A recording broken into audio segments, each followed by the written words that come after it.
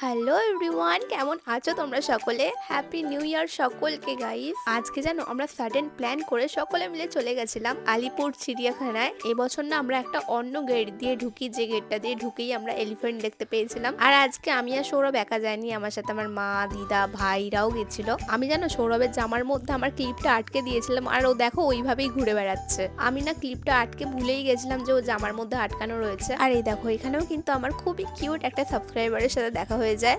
ওর সাথে কথা বলে ছবি তুলে আমরা চলে যাই এমু পাখি দেখতে, যেখানে আমি মাকে ছবি তোলার বদলে একটা ভিডিও করে দিই। আর সৌরভের জামাই আমার এই ক্লিপটাকে এখানেই শেষ দেখলে, কারণ এরপরে ক্লিপটা আমার হারিয়ে গেছিল গাইস ভিড়ের মধ্যে। আসলে এই দুঃখজনক ঘটনাটা ঘটে আমাদের রয়্যাল বেঙ্গল টাইগারকে দেখতে এসে। ক্যামেরাটা অন করলেই না আমি যাকে দেখাতে চাই সে বাদে সকলে চলে আসে। দেখলে কথাটা কিভাবে মিলে গেল? দেখো পড়ে পড়ে কিরকম ঘুমাচ্ছে। বাঘ দেখতে গিয়ে তো আমার অবস্থা পুরো খারাপই হয়ে গেছিল। এরপর আমরা কি কি করেছি সেটা তোমাদের সাথে নেক্সট ভিডিওতে শেয়ার করব।